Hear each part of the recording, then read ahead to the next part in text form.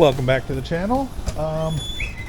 We want to get more work done, but before we do that, we need to clean up in here. Had a storm roll through last night, and by the looks of it, seems like water came under the garage door, washed all this dirt in here. Granted, some of it's dirt, a lot of it's just metal from, all the grinding we've been doing. So, yeah, gonna get this place cleaned up, and after that, get back to working on this guy.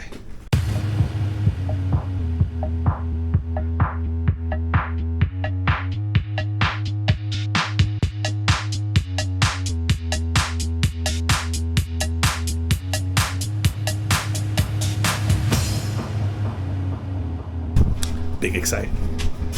But that's about where we're thinking this engine is going to move to. Now, if you remember from before, the front of this engine was nearly touching the seat. Actually, there's a mark on the seat. You can see it. Well, that's where the firewall touched it, but I mean... that's red. Look at it. Oh. Yeah, it is. That probably came from here somewhere. Looking at about 106, 107 area in terms of wheelbase. So we've extended 10 inches? It's 96, right? If I remember right, I think these cars are like 97, 96 inch wheelbase. Google it real quick. 95.2. Okay, so we're making the wheelbase on this almost a foot longer. A foot longer. That's a foot, big foot too.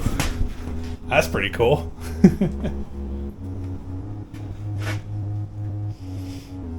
I'm sure that won't mess with the driving dynamics of it at all. ERA?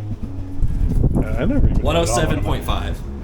107. Oh, so we are nearly matching the wheelbase of a Carrera GT, which long ago when we were kind of dreaming this up, I always said, it would be kind of cool to match the wheelbase on a Carrera GT, and I mean, looks like we're heading right in that area.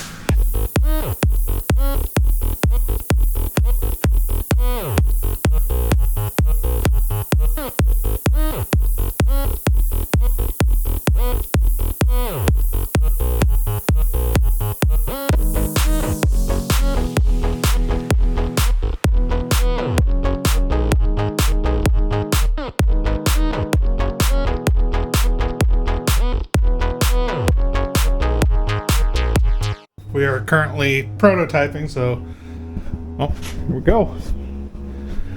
That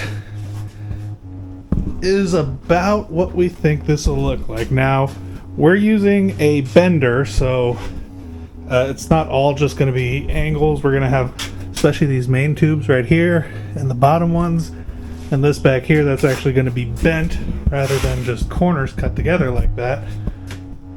And then obviously there's going to be more supports besides these. This was 50 feet worth of PVC. And we ran out. And we used it all. Luckily I have 80 feet worth of pipe on the way.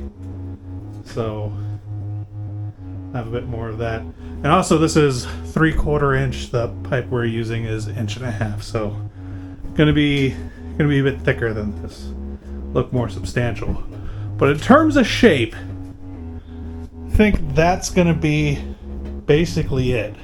It's a very, very Baja, very like almost trophy truck inspired kind of deal, which wasn't really what we expected, but when we started to put on the longer bars up top, that just kind of happened. And now that's what we're looking at. Yeah, initially the goal was honestly going to be for these bars to kind of connect towards the middle of the suspension, or maybe even a little bit further forward, but then thought since we're doing push rod and the coilovers are going to basically point back, figured, well, let's attach them where the coilovers attach, because strength. And this is kind of what that just ends up looking like. What would be really great if we ever wanted to make like a body for this thing?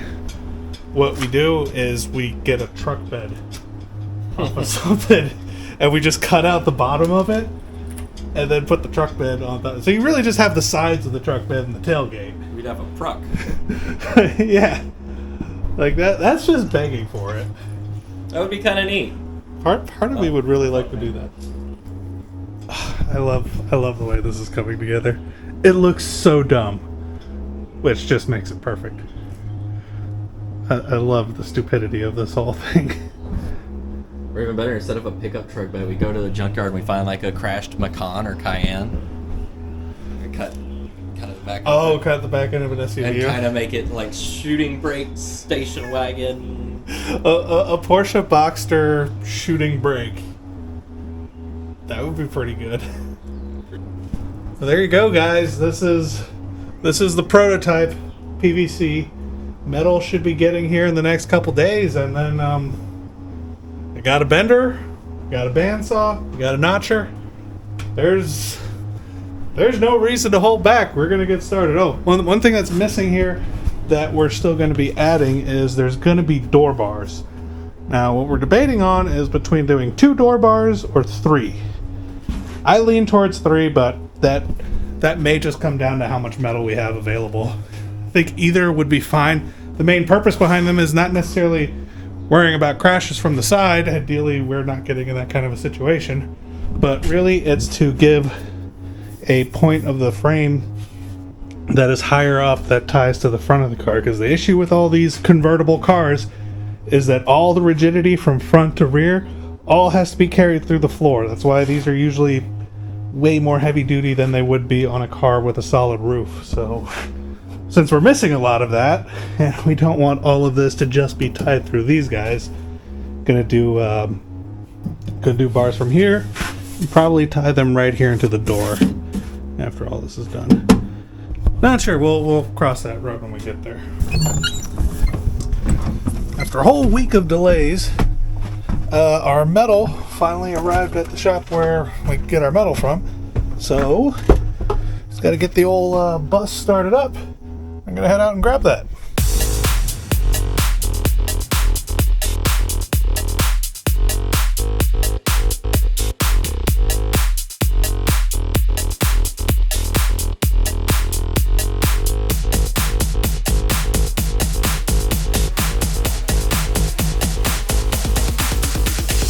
Promised land.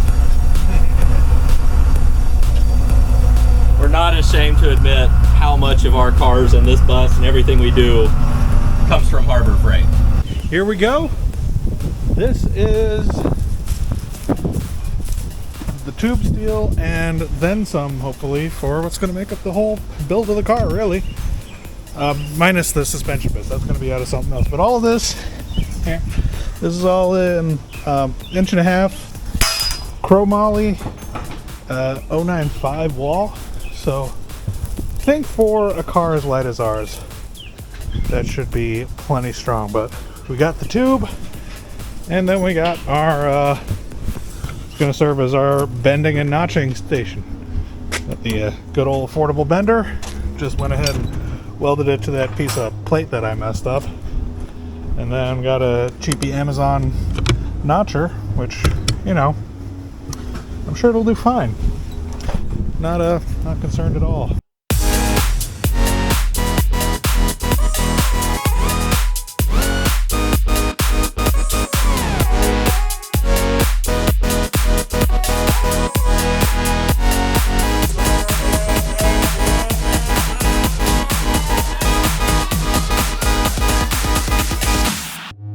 Alrighty, so our first bit of bent tubing.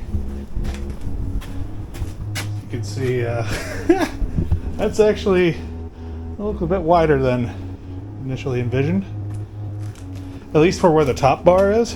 Yeah, only by just a little bit. Not that that's a big deal, because we're doing a fully custom suspension. I mean, fully custom, ground up. We're planning to make new hubs for the damn thing.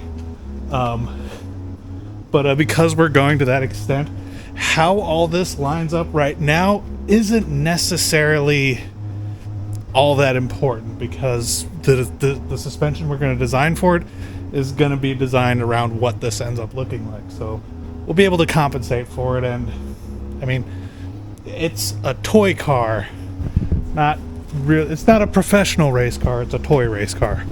So if it ends up not being competitive, that's okay as long as it's fun.